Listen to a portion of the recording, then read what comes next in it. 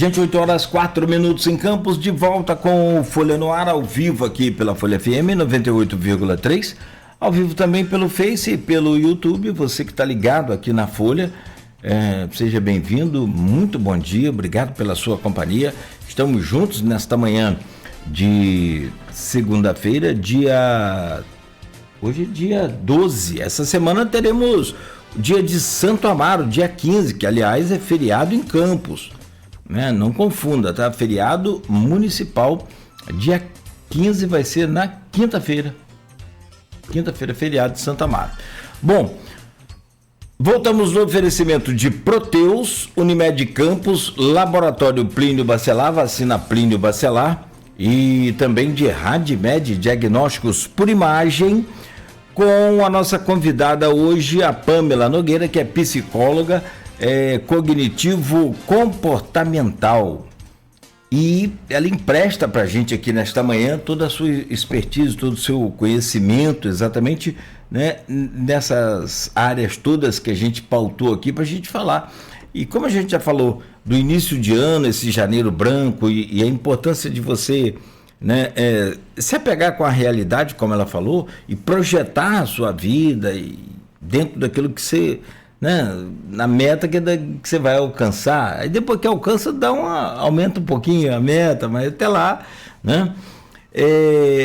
A gente separou para falar nesse bloco agora dessa epidemia silenciosa que envolve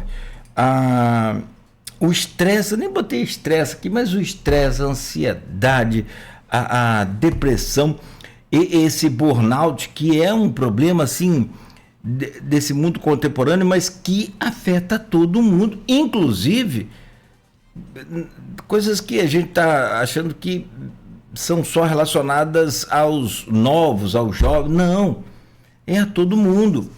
E assim, eu tive com uma pessoa que teve burnout, uma médica inclusive, ela falou assim, é extremamente ruim, é uma sensação horrível e eu não quero passar mais por isso. Precisou se tratar, precisou se cuidar, justamente para poder não chegar aí a um problema maior.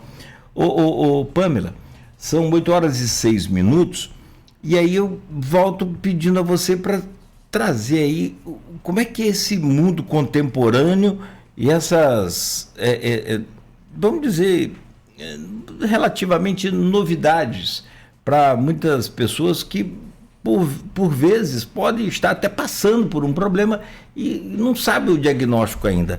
Como é que a gente pode enfrentar essa problemada toda desse mundo moderno?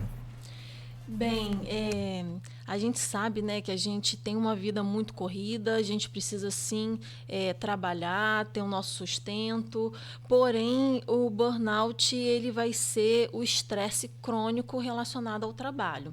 É aquela exaustão física, mental, é quando mesmo você parando para descansar, para dormir, para relaxar, você não consegue se recuperar.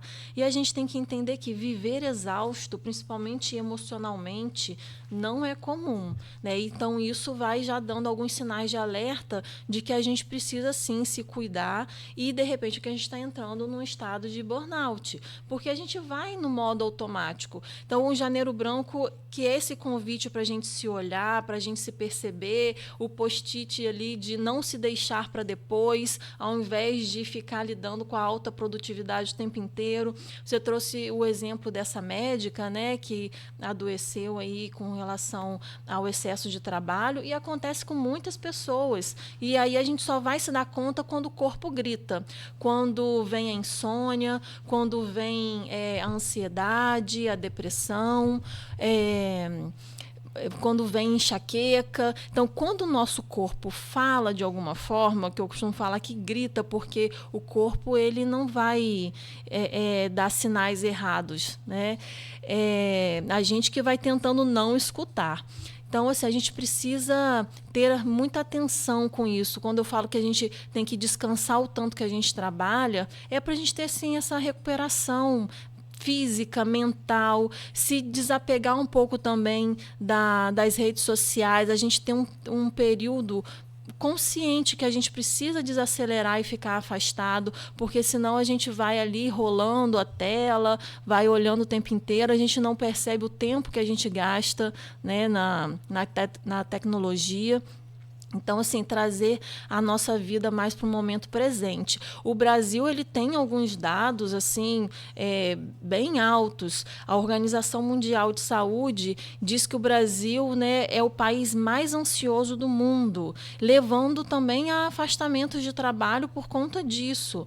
É a segunda população mais deprimida das Américas. É o quarto país mais estressado do mundo e é o segundo país com mais casos de burnout. Então, a gente vê que são números muito altos em termos mundiais.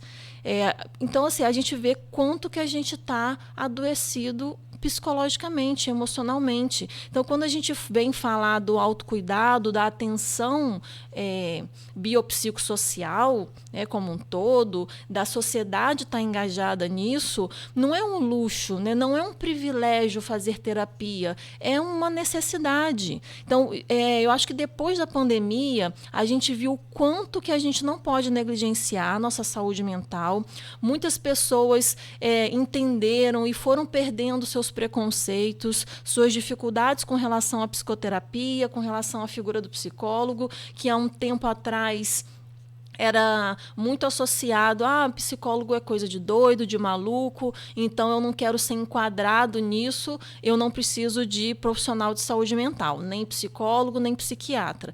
Isso a gente está evoluindo bastante, mas a gente ainda tem um longo caminho a percorrer, porque ainda muitas pessoas ou entendem que precisam de ajuda, mas vão deixando para depois, ou ainda negam essa necessidade de ajuda. Como descobrir que eu preciso de ajuda? Como é que é o pulo do gato ali? Porque assim, você tem também uma coisa, da pessoa admitir que está com problema é outro, é um problema sério esse. Eu preciso de ajuda. Levanta a mão aí quem precisa de ajuda. Esse levantar a mão aí, todo mundo fica esperando um levantar para depois ele levantar. Ou ainda diz assim, não, olha, ele levantou, eu não preciso de ajuda não, eu estou bem aqui, está quase morrendo de estresse, de cansaço. Porque eu conversei uma vez com um psicanalista e ele falou para mim, eu falei, cara, eu sou muito ansioso, eu tenho uma reunião segunda-feira, meio-dia, sexta-feira eu já fico preocupado com a reunião, na sexta-feira anterior.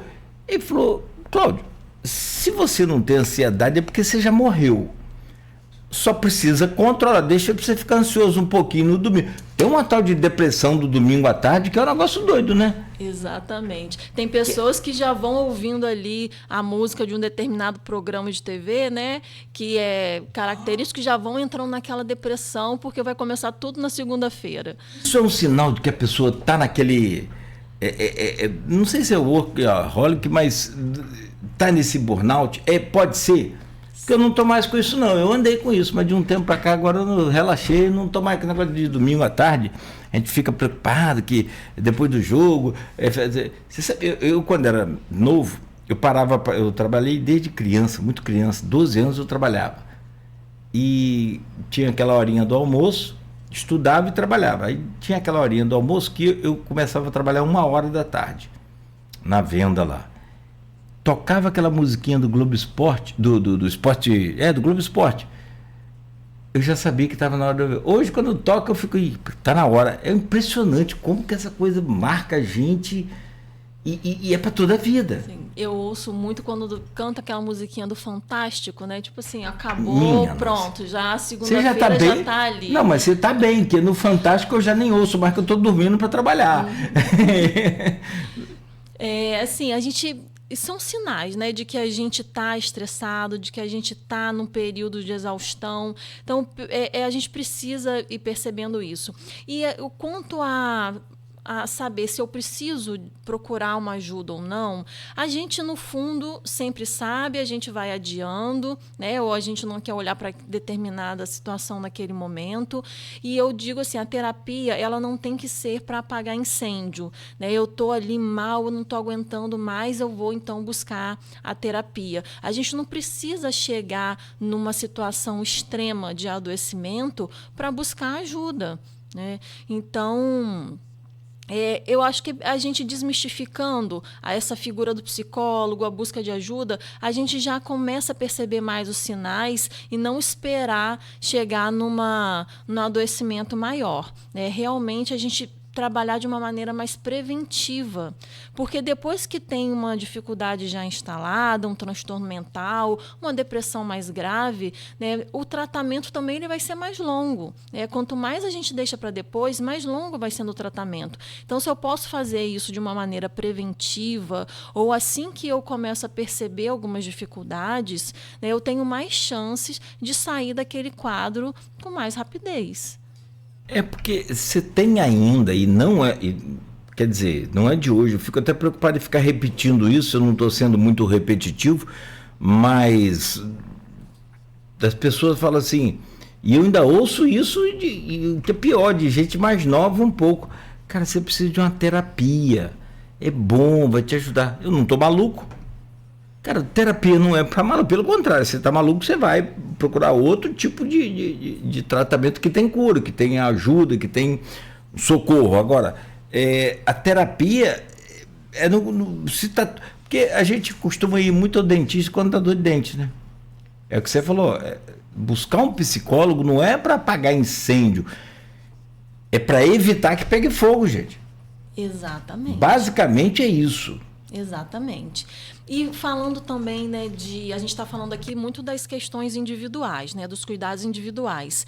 Mas quando a gente trata de burnout, a gente fala de instituições, né, de empresas, de relações de trabalho. Então, as instituições também precisam cuidar dos seus ambientes. A questão do assédio moral, que é uma coisa muito séria, o assédio moral no trabalho, o assédio sexual, né, as metas abusivas, a demanda exaustiva que o trabalho impõe, as relações muitas vezes adoecidas naquele ambiente. Então, assim, os gestores, eles precisam ter uma atenção. Existem leis também já para você trabalhar a saúde mental no trabalho. Então, assim, a gente trabalha a saúde mental nessas relações, né, no caso. Então, assim, a gente precisa cobrar, a gente precisa que isso seja efetivo, que não fique só num discurso.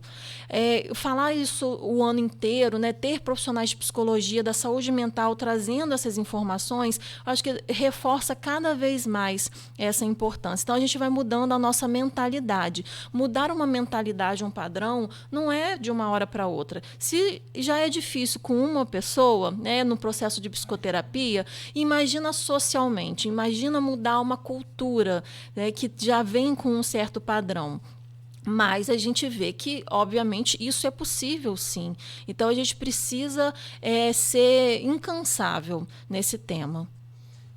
Não, e aí você tem que abrir mão um pouquinho do orgulho aí, das coisas até culturais, como você disse. Mudar uma cultura é um negócio tenso, muito complicado. E nesse caso, há necessidade de mudar essa cultura porque o mundo mudou. Não é uma cultura de bons costumes, não. É a cultura de que... É porque a gente antigamente escondia os deficientes em casa. Antigamente não é muito longe de 200 anos, não. É logo ali, pertinho. As famílias tinham pavor das pessoas deficientes, escondiam os seus filhos deficientes, seus parentes deficientes. Agora, eu fico imaginando, a vida do psicólogo que conhece bem da mente, conhece bem do comportamento, é mais fácil do que a nossa aqui, que somos leigos mortais? Bom, psicólogo é um ser humano, né? Também tem suas emoções, suas questões. E aí a gente também precisa estar muito atento ao autocuidado. Então, assim, aproveitando esse janeiro branco também, falando para colegas, né, para profissionais de psicologia, a gente precisa estar muito atento à nossa saúde mental também, porque a gente lida com o ser humano, a gente lida com as questões humanas, com as emoções humanas, temos também as nossas vulnerabilidades. Então, é imprescindível que um psicólogo faça terapia, que um psicólogo faça supervisão. O que é a supervisão? É como se fosse a terapia do terapeuta. né? A gente trabalhar casos clínicos, casos que nos desafiem também, com colegas que têm mais experiência, entender como que cada caso que a gente está lidando ali nos impacta emocionalmente. Então, quando a gente fala de saúde mental, é importante que a gente esteja atento à nossa própria vida, às nossas próprias emoções e saúde mental também. Ao longo da vida a gente vai criando a capacidade de recuperação, né? O brasileiro, então, ele é fantástico, né? Mas assim, sobre o burnout, e fechando esse tema, pelo menos, porque é o que você falou, é o país mais estressado, nós temos números alarmantes. Agora, você vai nas profissões, por exemplo, eu citei médico, seguindo na área de saúde,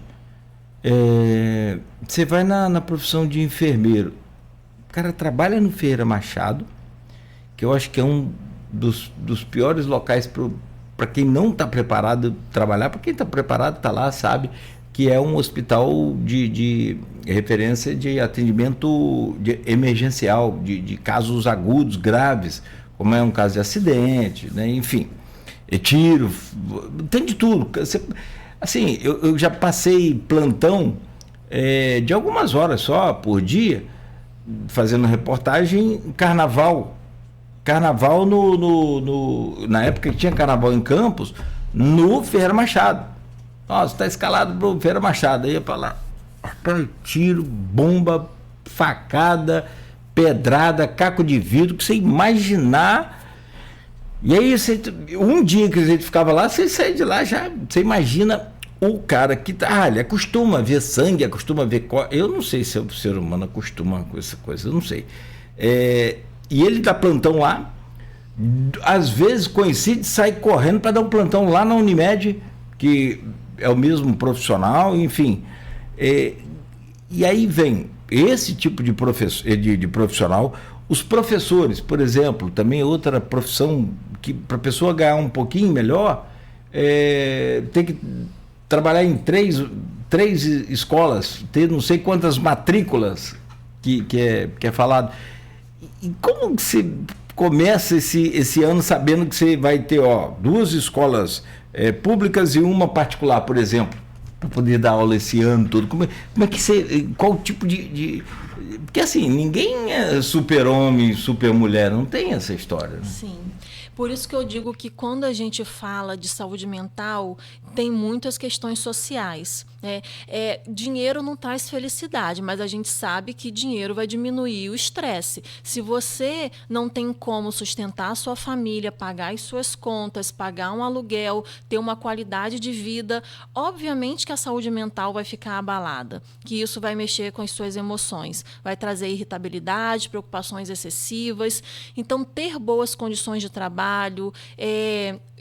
ter bons salários, né, ter essa valorização profissional é muito importante. Você citou aqui o caso dos professores. A classe dos professores é uma das classes mais estressadas, que tem mais índice de burnout. Pelo menos 71% dos professores estão com burnout, não é nem o estresse básico que faz parte da vida, né? Quando a gente fala de emoções desagradáveis, o estresse, né, a ansiedade em si, faz parte da vida. A gente não vai conseguir retirar isso. É como a gente lida, a forma como a gente vai se comportar diante disso, que vai fazer toda a diferença. Porém, quando vai passando por uma questão de adoecimento, e muitas vezes a pessoa não tem outra forma de lidar, porque precisa sim trabalhar para sustentar a família, precisa ter 2, 3 matrículas para poder dar conta de toda a demanda. Então, a valorização profissional, ela é muito importante, sim. A gente lutar pelos direitos, né? Isso também faz parte da saúde mental. Dinheiro não traz felicidade, dá um programa inteiro, dá uma semana de programa isso, né? Porque é aquilo que você falou, você tem outros tipos de problema quando tem dinheiro, né? Você continua tendo problemas, agora, não quer dizer que você vai ter problema com pagar aluguel ou com precisar abastecer o carro, ou, enfim, mas você tem outros tipos de problema que também continuam sem problema. É igual mudar de cidade. Vou mudar daqui, porque aqui eu estou com... como se você mudasse e seus problemas ficassem na cidade anterior, né, que você morou. Não fica. Sim, pessoas que estão mais expostas a vulnerabilidades sociais, a gente sabe que pode ter um índice maior também de questões de saúde mental. Então, a gente não pode ignorar isso. Marcelo pesquisou aqui, estava mostrando policial, bombeiro. Exatamente. Né? E você imagina ser policial num Brasil, no Rio de Janeiro. Né? Que situação. Bom, Pamela, assim, os sinais estão aí. É o que você falou, a pessoa finge não ver, mas eles estão e a gente sabe muito bem disso. Então, sempre a gente fecha com aquele recurso.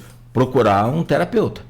Sim. Procure ajuda antes que você precise, de fato, aí precisar de ajuda e talvez não conseguir retornar e ter, sabe, a vida normal de volta. Então, antes que a casa caia, né, antes que dê um problema maior, procure o terapeuta. E nós vamos falar sobre dinheiro, que você trouxe aí, interessante você falar. Vamos falar sobre os joguinhos daqui a pouco. Só me dá um minuto para a gente fazer o intervalo. A gente volta a seguir com a Pamela Nogueira ao vivo aqui com a gente nesta manhã de segunda-feira, abrindo aí mais esta semana. Já falamos aqui do Janeiro Branco, de você planejar as suas metas, de traçar aí os seus compromissos para mais um ano, mas sempre com cautela, com cuidado e com a ajuda do terapeuta. Eu tento quebrar muito essa coisa de terapia, dificuldade de terapia, porque eu tenho uma netinha, se ela passa nos locais, ela vai lembrando. Eu faço terapia aqui. Cara, e é muito legal que essa juventude já tenha isso desde criança, desde de novo quebrado esse paradigma, essa coisa de que só vai no psicólogo que é maluco. Tem absolutamente uma coisa, não tem nada a ver com a outra, mas nada, não tem nada. O psicólogo não, pelo contrário, o psicólogo não cuida de maluco, não é por aí, não é assim. E aí a gente volta para falar sobre outro grande problema que está relacionado à parte financeira, em que as pessoas buscam uma solução que a gente já sabe que não é solução, só vai afundar. E aí tem cada caso assim, é de arrepiar. Pessoas que trabalham com dinheiro de terceiros e que usam aquele dinheiro para jogar. Teve um caso que ficou público aqui, foi na Câmara não quero falar qual cidade, que agora eu não lembro, não sei se foi Pádua ou Itaocara. A menina desviou uma grana legal mesmo, não lembro mais agora aqui, mas esse negócio, sabe, não é negócio de 1.000 cruzeiros, não.